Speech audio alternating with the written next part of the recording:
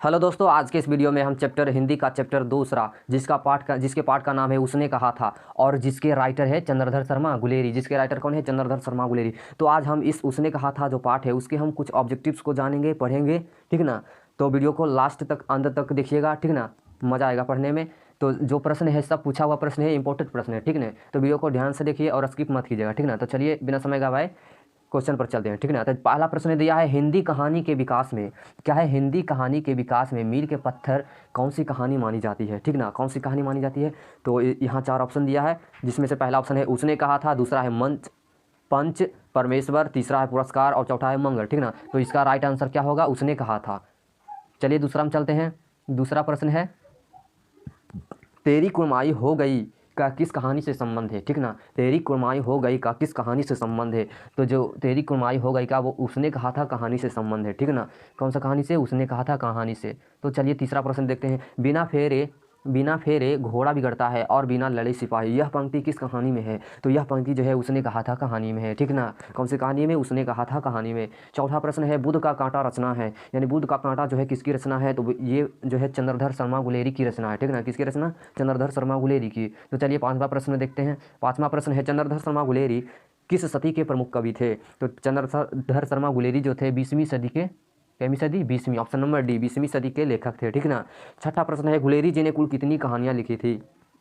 गुलेरी जी ने कुल कितनी कहानियाँ लिखी थी? तो गुलेरी जी ने टोटल 3 कहानियाँ लिखी थी। तो ऑप्शन नंबर इसका सी सही होगा, ठीक ना। सातवां प्रश्न देखते हैं।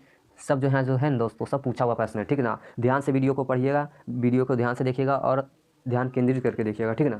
तो सातवां प्रश्न है, उसने कहा था कहानी का नायक है, कहा था कहानी का नायक कौन है, ठीक ना। लहना सिंह है कि बोधा सिंह है कि वजीरा सिंह है कि हजारा सिंह? तो उसने कहा था कहानी का जो नायक है वो लहना सिंह है, ठीक ना। आठवां प्रश्न क्या है, निम्न में कौन सी रचना गुलेरी जी की नहीं है? निम्न में कौन सी रचना गुलेरी की नहीं है? तो हारे को हरिनाम जो है ऑप्शन नंबर डी, वो गुलेरी जी की नहीं है, ठीक ना। तो चलिए नौवां प्रश्न देखते हैं।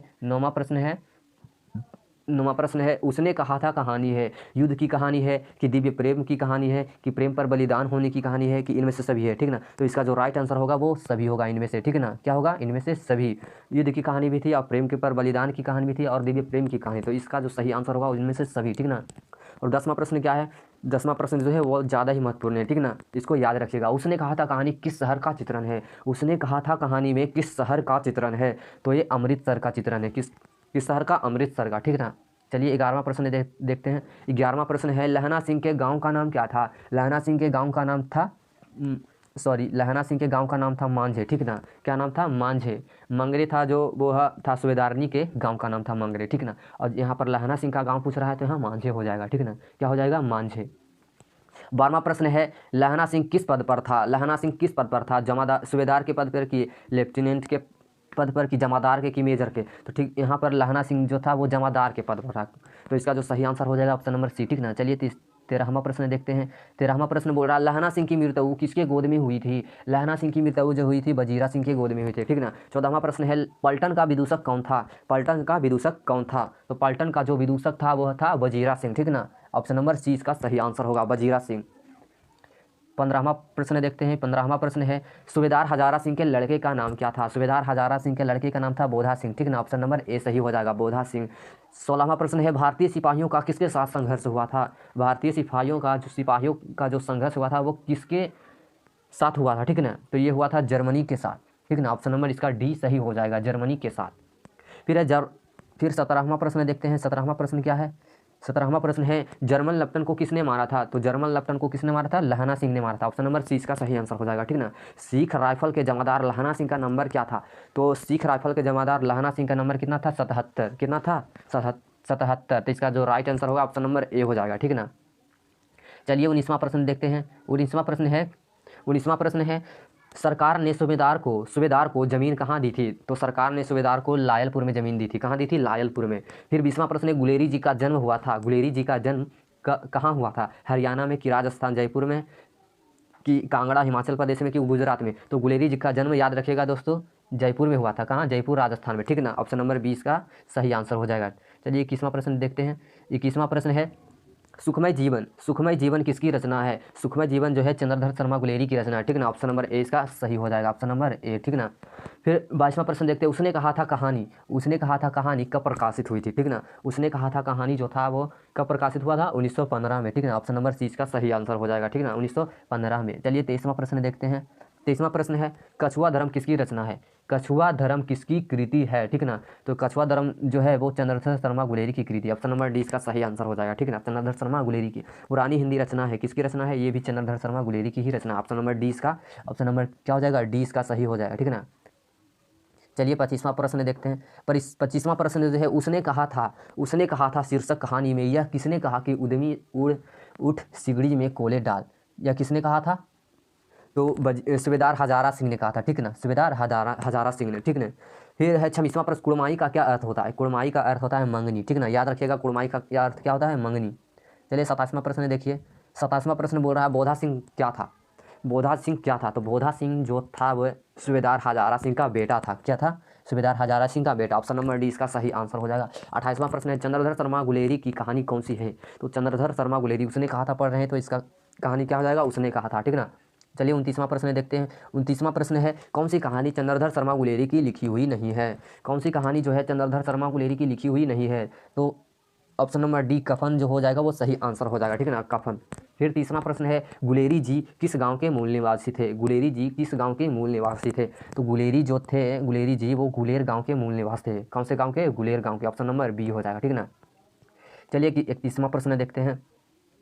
31वां प्रश्न है, उसने कहा था कहानी के कहानीकार कौन है? उसने कहा था कहानी के कहानीकार है Chandradhar Sharma Guleri, option number C इसका सही आंसर हो जाएगा। फिर 32वां प्रश्न है, चंद्रधर शर्मा गुलेरी किस युग के कहानीकार है? चंद्रधर शर्मा गुलेरी जो है किस युग के कहानीकार है? तो ऑप्शन नंबर ए यानी कि द्विवेदी युग के, ठीक ना, किस युग के? द्विवेदी युग के कहानीकार है, ठीक ना। फिर चलिए 33वां प्रश्न देखते हैं। 33वां प्रश्न है, उसने कहा था कहानी कितने भागों में विभक्त है? उसने कहा था जो कहानी है वो कितने भागों में विभक्त है? तो उसने कहा था कहानी जो है 5 भागों में विभक्त है। कितने भागों में? 5 भागों में। फिर 34वां प्रश्न है, चंद्रधर शर्मा गुलेरी का जन्म कब हुआ था? चंद्रधर शर्मा गुलेरी का जन्म कब हुआ था? तो 7 जुलाई 1883 ईस्वी को हुआ था, ठीक है ना, 7 जुलाई 1883 ईस्वी को। तो ऑप्शन नंबर सी इसका सही आंसर हो जाएगा, ठीक है ना। फिर 35वां प्रश्न है, लहना सिंह किस कहानी का पात्र है? तो लहना सिंह जो है उसने कहा था कहानी का पात्र है, ठीक है ना, 35 का ऑप्शन नंबर डी सही हो जाएगा, ठीक है ना। 36 नंबर देखते हैं। 36 नंबर है, उसने कहा था कहानी किस प्रकार की कहानी है? उसने कहा था कहानी जो है कर्म प्रधान है, यानी ऑप्शन नंबर बी, ठीक ना, कर्म प्रधान कहानी है, ठीक ना। कौन सी कहानी है? कर्म प्रधान, ठीक ना। फिर चलिए 37वां प्रश्न में देखते हैं। 37वां प्रश्न है, चंद्रधर शर्मा गुलेरी किसके अभिभावक बनकर मेयो कॉलेज अजमेर आए थे?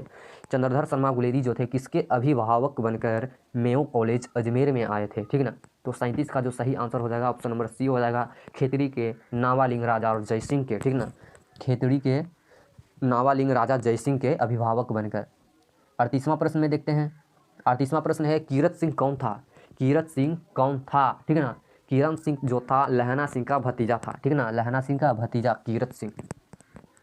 फिर है 39वां प्रश्न, बचपन में लहना सिंह किस लड़की से बार बार, यानी लहना सिंह लड़की से बार बार क्या पूछता था, क्या प्रश्न करता था? तो लड़की से बार बार बोलता था तेरी कुड़माई हो गई क्या, ठीक है ना, तेरी कुड़माई हो गई क्या? तो ऑप्शन नंबर कौन सा हो जाएगा? ऑप्शन नंबर सी हो जाएगा, तेरी कुड़माई हो गई क्या, ठीक है ना, ऑप्शन नंबर क्या हो जाएगा? सी। फिर चलिए 40वां प्रश्न देखते हैं। लेफ्टन साहब सूबेदार को कितने आदमी खंदक में छोड़कर जाने को कहा था? लेफ्टन साहब जो थे सूबेदार को कितने आदमी खंदक में छोड़कर जाने को कहा था, ठीक है ना।